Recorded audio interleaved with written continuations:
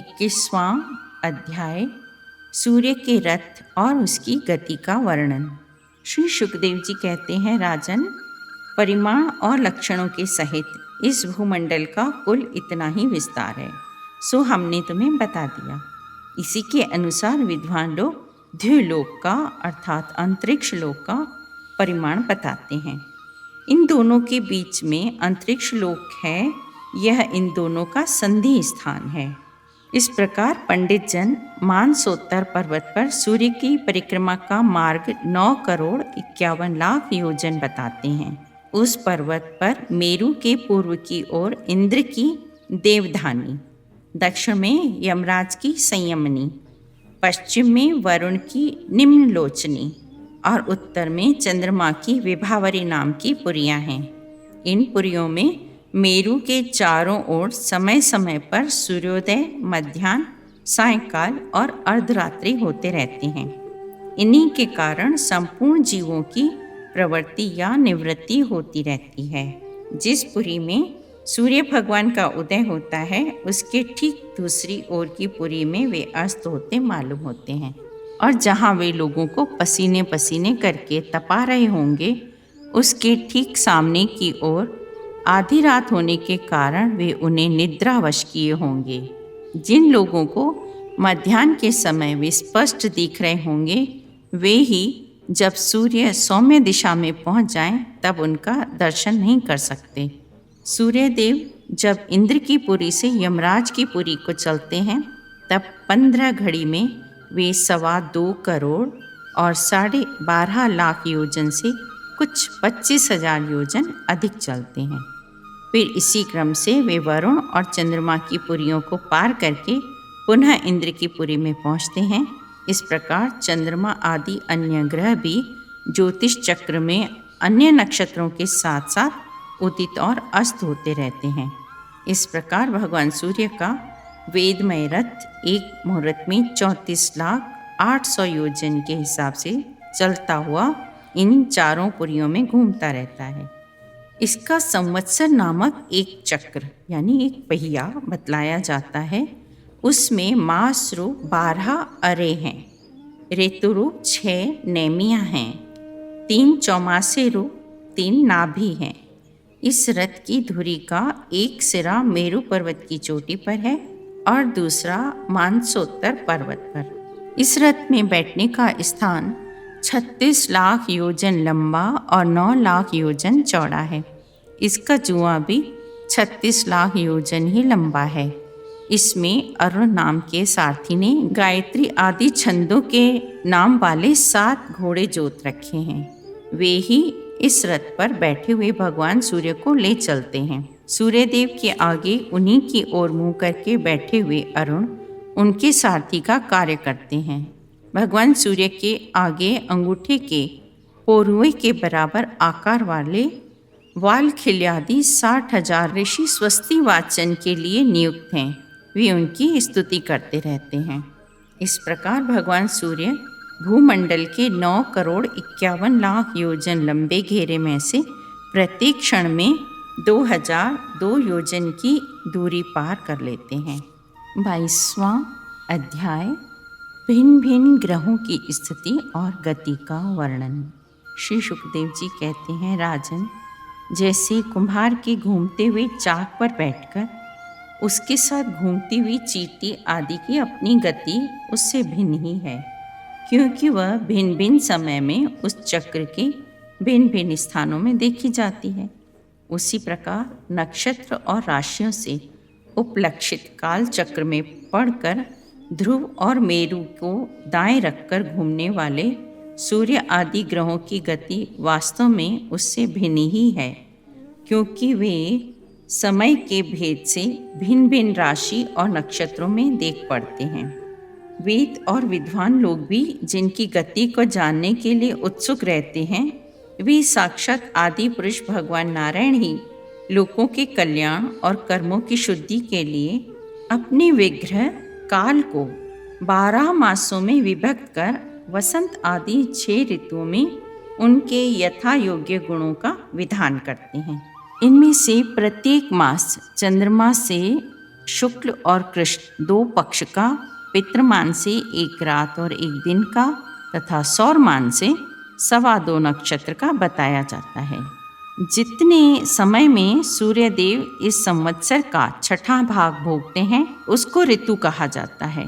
आकाश में भगवान सूर्य का जितना मार्ग है उसका आधा वे जितने समय में पार कर लेते हैं उसे एक अयन कहते हैं।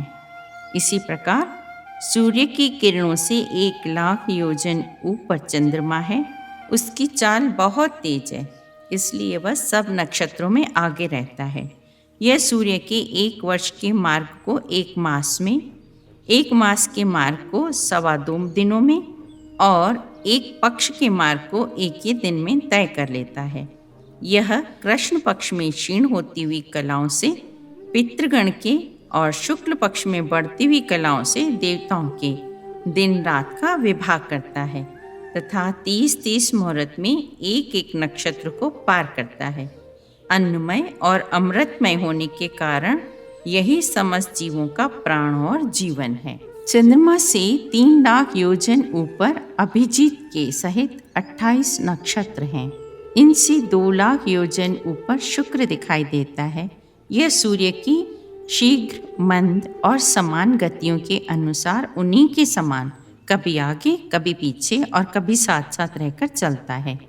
यह वर्षा कराने वाला ग्रह है, इसलिए लोगों के लिए प्राय अनुकूल ही रहता है।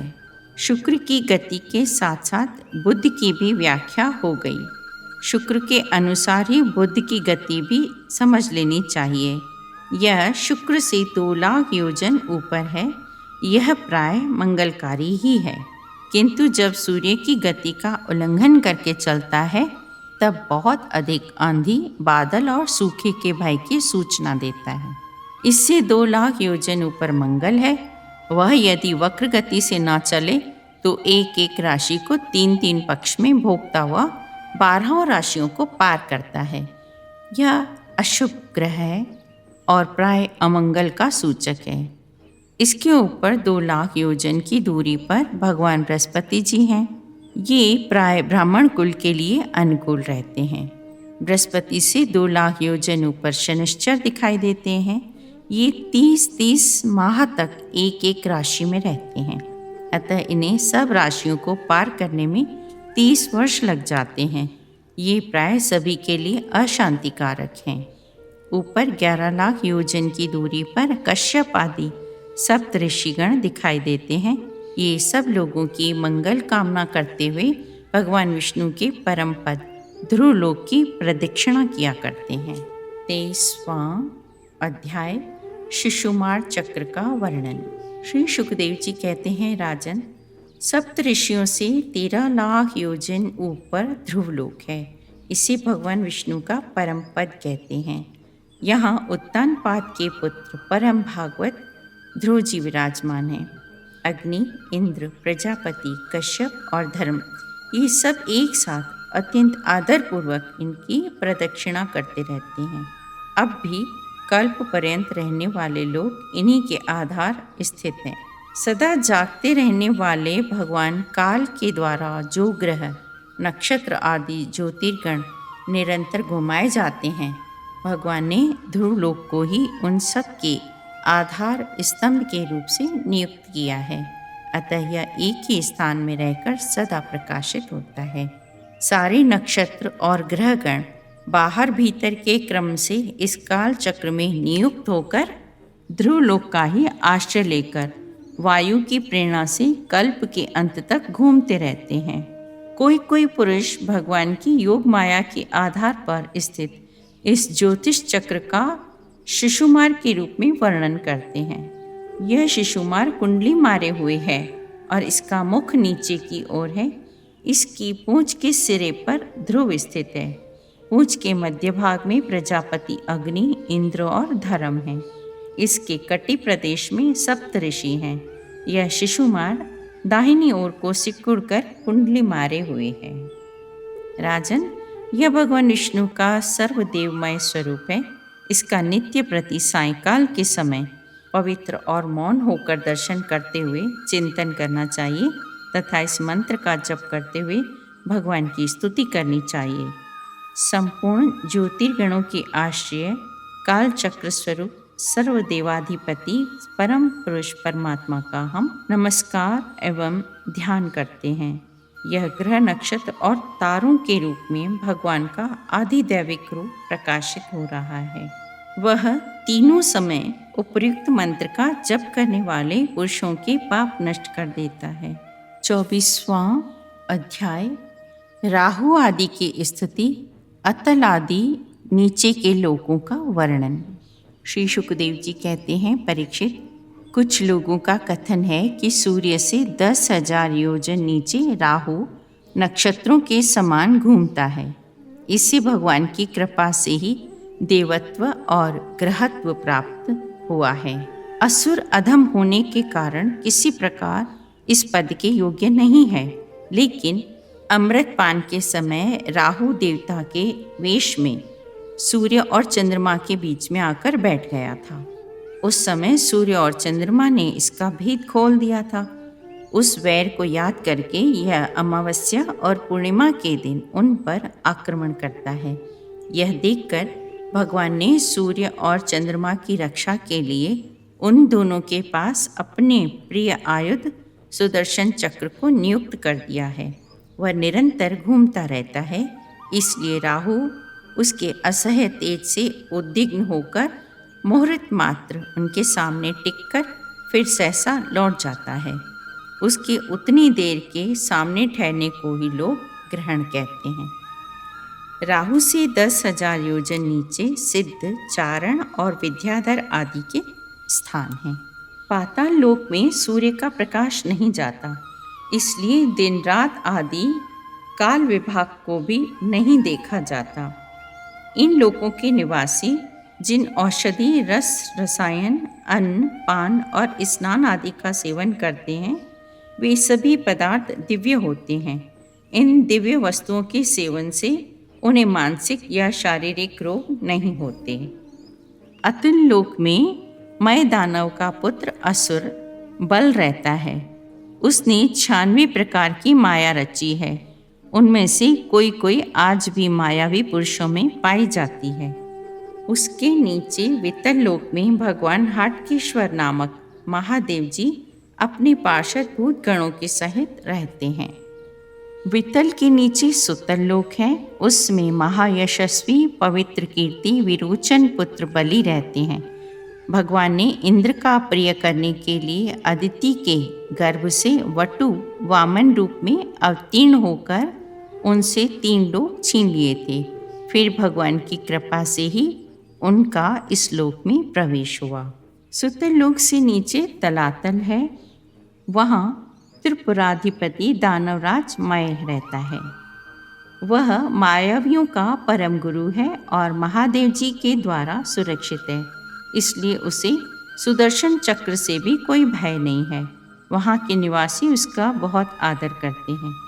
उसके नीचे महातल में कद्रू से उत्पन्न हुए अनेक सिरों वाले सर्पों का एक समुदाय रहता है।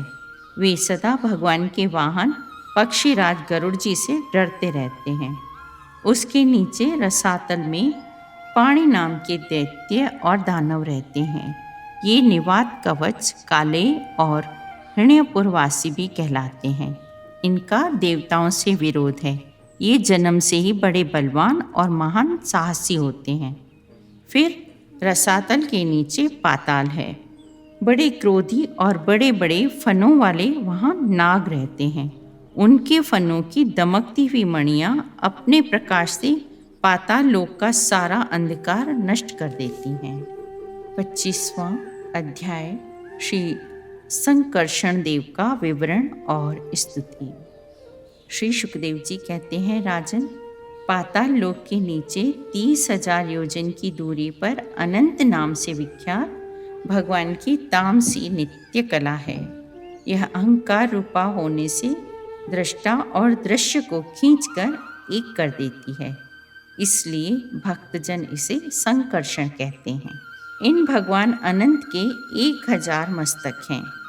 उनमें से एक पर रखा हुआ यह सारा भूमंडल सरसों के दाने के समान दिखाई देता है। प्रलय काल उपस्थित होने पर जब इन्हें इस विश्व का उपसंहार करने की इच्छा होती है, तब इनकी क्रोधवश घूमती हुई मनोहर भ्रकुटियों के मध्य भाग से संकर्षण नामक रुद्र प्रकट होते हैं। उनकी व्यूह संख्या 11 है। वे सभी 3 नेत्रों वाले होते हैं और हाथ में 3 नौकों वाले शूल लिए रहते हैं, जिनकी दृष्टि पड़ने से ही जगत की उत्पत्ति, स्थिति और प्रलय प्राकृत गुण अपने अपने कार्य में समर्थ होते हैं। उन भगवान संकर्षण के तत्व को कोई कैसे जान सकता है। उन उद्दार वीर्य संकर्षण भगवान ने हम पर बड़ी कृपा करके यह विशुद्ध सत्वमय स्वरूप धारण किया है। जिनके सुने सुनाए नाम को कोई पीड़ित अथवा पतित पुरुष भी उच्चारण कर लेता है तो उस पुरुष के सारे पाप नष्ट हो जाते हैं। ऐसे शेष भगवान को छोड़कर मुमुक्षु पुरुष और किसका आश्रय ले सकता है। उनके पराक्रम का कोई परिमाण नहीं है। ऐसे प्रभावशाली भगवान अनंत रसातल के मूल में अपनी ही महिमा में स्थित और स्वतंत्र हैं और संपूर्ण लोकों की स्थिति के लिए अपनी लीला से ही पृथ्वी को धारण किए हुए हैं। 26वां अध्याय, नरकों की विभिन्न गतियों का वर्णन। राजा परीक्षित ने पूछा, महर्षि, लोगों को जो ये ऊंची नीची गतियां प्राप्त होती हैं, उनमें इतनी विभिन्नता क्यों है। श्री सुखदेव जी ने कहा, राजन, पुरुष सात्विक, राजस और तामस 3 प्रकार के होते हैं और उनकी श्रद्धाओं में भी भेद रहता है। इस प्रकार स्वभाव और श्रद्धा के भेद से उनके कर्मों की गतियां भी भिन्न भिन्न होती हैं और न्यून अधिक रूप में ये गतियां भी कर्ताओं को प्राप्त होती हैं।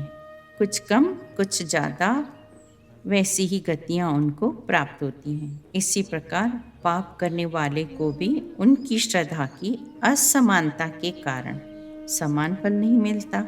अविद्या के वशीभूत होकर कामना पूर्वक किए हुए उन नारकीय कर्मों के परिणाम में जो हजारों तरह की गतियां होती हैं, उनका विस्तार से वर्णन करेंगे। राजा परीक्षित ने पूछा, भगवान, आप जिनका वर्णन करना चाहते हैं वे नरक इस पृथ्वी के कोई देश विशेष हैं अथवा त्रिलोकी से बाहर या इसी के अंदर किसी जगह पर हैं। श्री सुखदेव जी ने कहा, राजन, वे त्रिलोकी के भीतर ही हैं और दक्षिण की ओर पृथ्वी से नीचे जल के ऊपर स्थित हैं। इसी दिशा में अग्नि, स्वात आदि पितृगण रहते हैं। वे अत्यंत एकाग्रता पूर्वक अपने वंशधरों के लिए मंगल कामना किया करते हैं। इस नरक लोक में सूर्य के पुत्र भगवान यम अपने सेवकों के सहित रहते हैं तथा भगवान की आज्ञा का उल्लंघन न करते हुए अपने दूतों द्वारा वहां लाए हुए मृत प्राणियों को उनके दुष्कर्मों के अनुसार पाप का दंड देते हैं। परीक्षित, कोई कोई लोग नरकों की संख्या 21 बताते हैं। अब हम नाम, रूप और लक्षणों के अनुसार उनका क्रमशः वर्णन करते हैं। उनके नाम ये हैं: तामिस्त्र, अंधतामिस्त्र, रौरव, महारौरव, कुंभीपाक, कालसूत्र, असिपत्रवन, सूकरमुख, अंधकूप, कृमि भोजन, संदश, तप्त सूर्मी, वज्रकंटक, शाल्मली, वैतरणी, पुयोद, प्राणरोध, विशासन, लालाभक्ष, सारमयादन, अविची और अयहपान। इसके सिवा शारकर्दम, रक्षोगण भोजन, शूलप्रोत, दंतशू, अवट निरोधन, पर्यावर्तन और सूचीमुख, ये 7 और मिलाकर कुल 28 नरक तरह तरह की यातनाओं को भोगने के लिए स्थान हैं। जो पुरुष दूसरों के धन, संतान अथवा स्त्रियों का हरण करता है, उसे अत्यंत भयानक यमदूत काल पाश में बांधकर बलपूर्वक तमिस्त्र नरक में गिरा देते हैं। उस अंधकारमय नरक में उसे अन्न जल न देना, डंडे लगाना और भय दिखाना आदि अनेक प्रकार के उपायों से पीड़ित किया जाता है। इसी प्रकार जो पुरुष किसी दूसरे को धोखा देकर उसकी स्त्री आदि को भोगता है, वह उस अंधता मिश्र नरक में पड़ता है। वहाँ की यातनाओं में पड़कर वह जड़ से कटे हुए वृक्ष के समान दर्द के मारे सारी सुध बुध खो बैठता है और उसे कुछ भी नहीं सूझ पड़ता। इसी से वह नरक को अंधता मिश्र कहते हैं। जो पुरुष इस लोक में यह शरीर मैं ही हूँ और ये स्त्री धन आदि मेरे ही हैं, ऐसी बुद्धि से दूसरे प्राणियों से द्रोह करता है, बैर करता है और निरंतर अपने कुटुंब के ही पालन पोषण में लगा रहता है, वह अपना शरीर छोड़ने पर अपने पाप के कारण स्वयं ही रौरव नरक में गिरता है। इस लोक में उसने जिन जिन जीवों को जिस जिस प्रकार से कष्ट पहुंचाया होता है, परलोक में यम यातना का समय आने पर वे जीव रुरु होकर उसे उसी प्रकार कष्ट पहुंचाते हैं। इसलिए इस नरक का नाम है रौरव। रुरु सर्प से भी अधिक क्रूर स्वभाव वाले एक जीव का नाम है। ऐसा ही महारौरव नरक है। इसमें वह व्यक्ति जाता है जो और किसी की परवाह न कर केवल अपने ही शरीर का पालन पोषण करता है। वहाँ कच्चा मांस खाने वाले ररु इससे मांस के लोभ से काटते हैं। जो क्रूर मनुष्य इस लोक में अपने पेट पालने के लिए जीवित पशु या पक्षियों को पकाता है, उस हृदयहीन राक्षसों से भी गए बीते पुरुष को यमदूत कुंभी पाक नरक में ले जाकर खौलते हुए तेल में पकाते हैं। जो मनुष्य इस लोक में माता पिता ब्राह्मण और वेद से विरोध करता है, उसे यमदूत काल सूत्र नरक में ले जाते हैं। इसका घेरा 10,000 योजन है। इसकी भूमि तांबे की है। इसमें जो तपा हुआ मैदान है वह ऊपर से सूर्य और नीचे से अग्नि के दाह से जलता रहता है। वहाँ पहुँचाया हुआ पापी जीव भूख प्यास से व्याकुल हो जाता है और उसका शरीर बाहर भीतर से जलने लगता है। उसकी बेचैनी यहाँ तक बढ़ जाती है, वह कभी बैठता है, कभी लेटता है, कभी छटपटाने लगता है, कभी खड़ा हो जाता है और कभी इधर उधर दौड़ने लगता है। इस प्रकार उस नर पशु के शरीर में जितने रोम होते हैं उतने ही 1000 वर्ष तक उसकी यह दुर्गति होती रहती है। जो पुरुष किसी प्रकार की आपत्ति न आने पर भी अपने वैदिक मार्ग को छोड़कर अन्य पाखंडपूर्ण धर्मों का आश्रय लेता है, उसे यमदूत 80 पत्र वन नरक में ले जाकर कोड़ों से पीटते हैं। जब मार से बचने के लिए वह इधर उधर दौड़ने लगता है, तब उसके सारे अंग तालवन की तलवार के समान पैने पत्तों से, जिनमें दोनों ओर धारें होती हैं, टूक टूक होने लगते हैं। तब वह अत्यंत वेदना से चिल्लाता हुआ बार बार मूर्छित होकर गिरने लगता है। अपने धर्म को छोड़कर पाखंड मार्ग से चलने से उसे इस प्रकार अपने कुकर्म का फल भोगना पड़ता है। इस लोक में जो पुरुष राजा या राजकर्मचारी होकर किसी निरपराध मनुष्य को दंड देता है अथवा ब्राह्मण को शरीर दंड देता है, वह महापापी मरकर सुकरमुख नरक में गिरता है। वहाँ जब महाबली यमदूत उसके अंगों को कुचलते हैं, तब वह कोलू में पेरे जाते हुए गन्ने के समान पीड़ित होकर जिस प्रकार इस लोक में उसके द्वारा सताए हुए निरपराध प्राणी रोते चिल्लाते थे, उसी प्रकार वह भी आर्त स्वर से चिल्लाता और कभी मूर्छित हो जाता है। जो पुरुष इस लोक में जीवों की हिंसा करते हैं, वह उनसे द्रोह करने के कारण अंधकूप नरक में गिरता है, क्योंकि स्वयं भगवान ने ही रक्तपान आदि उनकी वृत्ति बना दी है और उन्हें उसके कारण दूसरों को कष्ट पहुंचाने का ज्ञान भी नहीं होता, तो वे उसे सब ओर से काटते हैं और स्थान न मिलने पर वह बेचैनी के कारण उस घोर अंधकार में इस प्रकार भटकता रहता है, जैसे रोगग्रस्त शरीर में जीव छटपटाया करता है। जो मनुष्य इस लोक में बिना पंच महायज्ञ किए तथा जो कुछ मिले उसे बिना किसी दूसरे को दिए स्वयं ही खा लेता है, वह परलोक में क्रमी भोजन नामक निकृष्ट नरक में गिरता है। उसी में उससे भी कीड़ा बनकर ही रहना पड़ता है। वहाँ कीड़े उसे नोचते हैं और वह कीड़ों को खाता है। राजन, इस श्लोक में जो व्यक्ति चोरी या आपत्ति का समय न होने पर भी किसी दूसरे पुरुष के स्वर्ण और रत्न आदि का हरण कर लेता है, उसे मरने पर यमदूत संदश नामक नरक में ले जाते हैं और वहाँ तपाए हुए लोहे के गोलों से दागते हैं। इस श्लोक में यदि कोई पुरुष अथवा कोई स्त्री व्यभिचार करते हैं तो यमदूत उसे तप्त भूमि नामक नरक में ले जाकर कोड़ों से पीटते हैं तथा पुरुष को तपाए हुए लोहे की स्त्री मूर्ति से और स्त्री को तपाए हुए पुरुष प्रतिमा से आलिंगन कराते हैं। जो पुरुष इस श्लोक में पशु आदि सभी के साथ व्यभिचार करता है, यमदूत वज्रकंठ का शालमली नरक में गिराते हैं और वज्र के समान कठोर कांटों वाले सेमर के वृक्ष पर चढ़ाकर फिर नीचे की ओर धकेल देते हैं।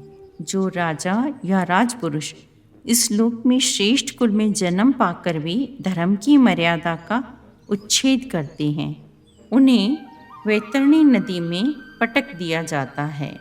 यह नदी नरकों की खाई के समान है। उसमें मल, मूत्र, पीप, रक्त, हड्डी, चर्बी, मांस और मज्जा आदि गंदी चीज़ें भरी हुई होती हैं। जो लोग शौच और आचार के नियमों का परित्याग करते हैं, स्वच्छता और व्यवहार का परित्याग करते हैं और लज्जा को तिलांजलि देकर इस लोक में शूद्राओं के साथ संबंध गांठकर पशुओं के समान आचरण करते हैं, वे भी मरने के बाद इसी पीप, विष्ठा, मूत्र, कफ, मल से भरे हुए पुयोत नामक समुद्र में गिरकर उन अत्यंत घृणित वस्तुओं को ही खाते हैं। इस श्लोक में जो ब्राह्मण आदि उच्च वर्ण के लोग कुत्ते या गधे पालते हैं और शिकार आदि में लगे रहते हैं तथा शास्त्र के विपरीत पशुओं का वध करते हैं, मरने के पश्चात वे प्राणरोध नरक में डाले जाते हैं और वहाँ यमदूत उन्हें लक्ष्य बनाकर बाणों से बीतते हैं।